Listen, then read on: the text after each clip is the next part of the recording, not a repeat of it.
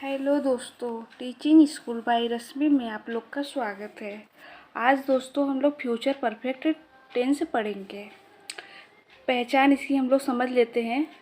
Future perfect tense में हिंदी वाक्यों के अंत में चुकेगा, चुकेगी, चुकेंगे, चुकूंगा आदि शब्द आते हैं। इसका हेल्पिंग वर्ब है विल हैव, शैल हैव के साथ वर्ब के थर्ड फॉर्म का यूज करते हैं। इसका helping verb will have, shall have है और वर्ब का थर्ड फॉर्म यूज होगा यहाँ पर फ्यूचर परफेक्ट टेंस में। Future perfect tense affirmative sentence को इंग्लिश में ट्रांसलेट करने के नियम हैं। पहले हम सब्जेक्ट को सबसे पहले लिखते हैं, फिर सब्जेक्ट के बाद शैल, विल, हैव का प्रयोग सब्जेक्ट के पर्सन और नंबर के अनुसार होता है। और नेक्स्ट है सब्जेक्ट को लिखने के बाद वर्ब के थर्ड फॉर्म को लिखते हैं, फिर वर्ब को लिखने के बाद अदर वर्ड्स को लिखते हैं। फ्यूचर परफेक्ट टेंस को बनाते समय ये नियम आप अगर फॉलो कर लिए तो आपको फ्यूचर परफेक्ट टेंस बनाने में आसानी होगी। और इसका फार्मूला समझ लेते हैं। स्ट्रक्चर इसका स्ट्रक्चर है, पहले सब्जेक्ट लिखेंगे, फिर विल, शैल, हैव, फिर वर्ब का थर्ड फॉर्म, फिर ऑब्जेक्ट। इसका अब एग्जाम्पल समझ लेते हैं। दोस्तों मेरा चैनल है, मेरा क्लास आप लोग को अच्छा लगता है तो प्लीज़ इसे लाइक और सब्सक्राइब कर दिया करिए। वह अपना गृह कार्य पूरा कर चुकी होगी।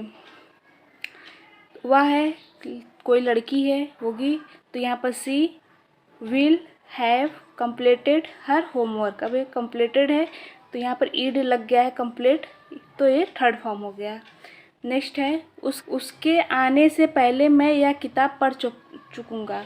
तो उसके आने से पहले मैं यह किताब पढ़ चुकूँगा, तो पहले मैं यह किताब पढ़ चुकूँगा का ट्रांसलेट करेंगे तो मैं आई के साथ शैल लगेगा।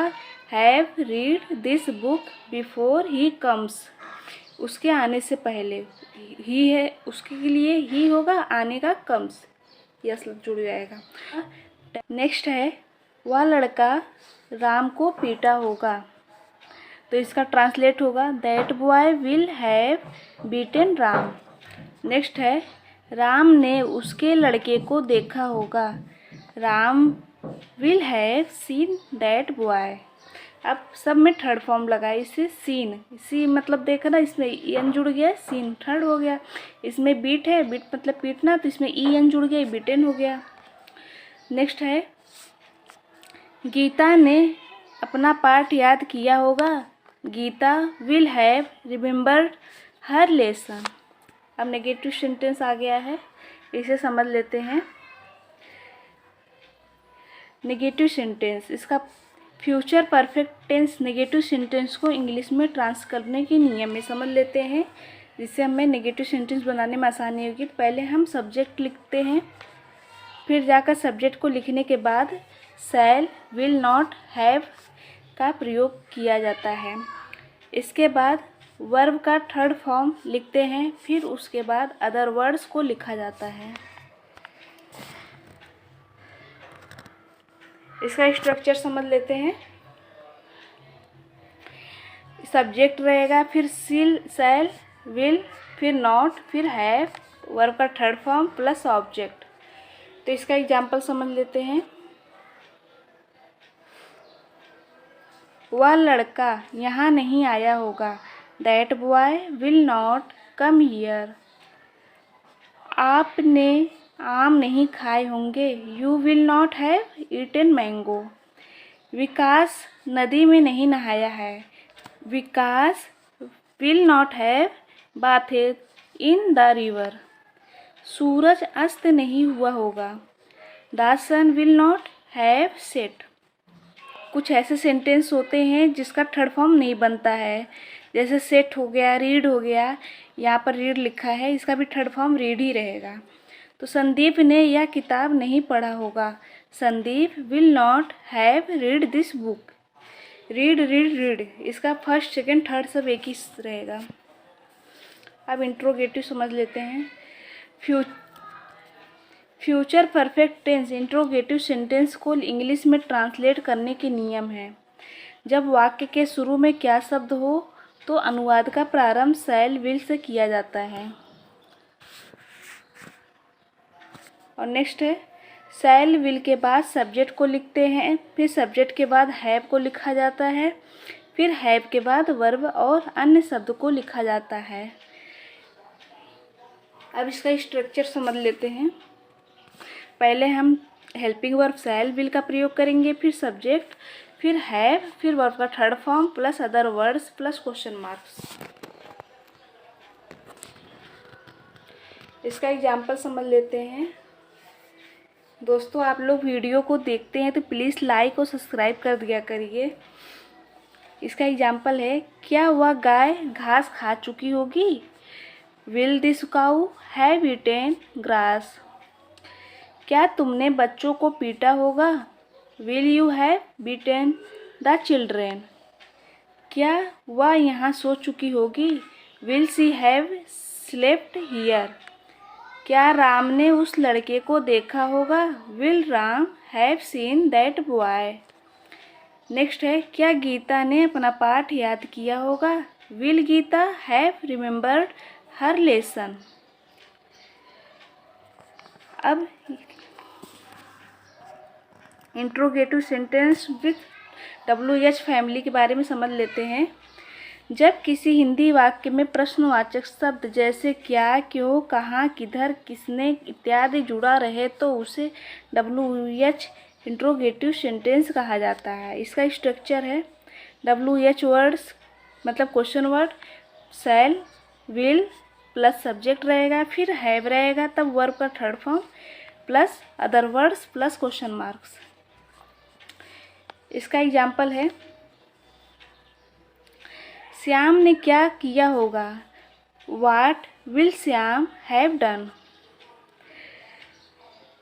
क्या का मीनिंग यहाँ पर वाट आ गया, फिर विल रहेगा हेल्पिंग वर्ब, फिर श्याम, फिर जाकर हैव होगा, तब क्रिया होगी done.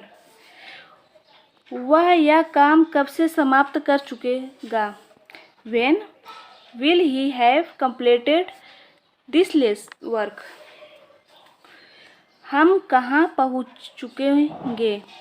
Where will we have reached? तुम्हारे स्कूल जाने से पहले किताब कौन पढ़ चुकेगा? Who will have read the book before you go to school? अब यहाँ पर कौन का हु हो गया। अब इसका helping verb will have read the book before होगा, फिर तुम्हारे स्कूल जाने से पहले you go to school. Next है, हम 10 बजे तक जयपुर कैसे पहुंच चुकेंगे? How shall we have reached Jaipur by 10 o'clock? अब इंट्रोगेटिव नेगेटिव सेंटेंस आ गया है। इसका स्ट्रक्चर समझ लेते हैं।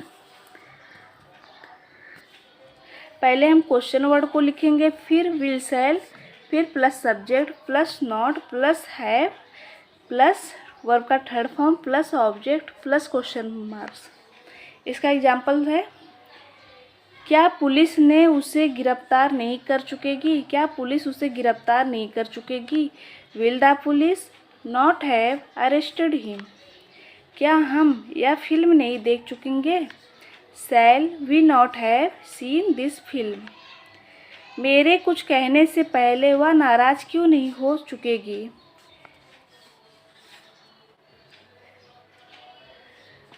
मेरे कुछ कहने से पहले वह नाराज क्यों नहीं हो चुकेगी? Why will she not have become angry before I say something? Ram ने उस लड़के को कहाँ नहीं देखा होगा? Where will Ram not have seen that boy? तुम क्यों नहीं यहाँ आए होगे? Why will you not have come here? तो दोस्तों, आज के लिए बस इतना ही, और आप लोग चैनल को लाइक कर दीजिएगा और इसे सब्सक्राइब कर दीजिएगा, जिससे मैं आगे इसी तरह आप लोग को पढ़ाती रहूँ। Thank you.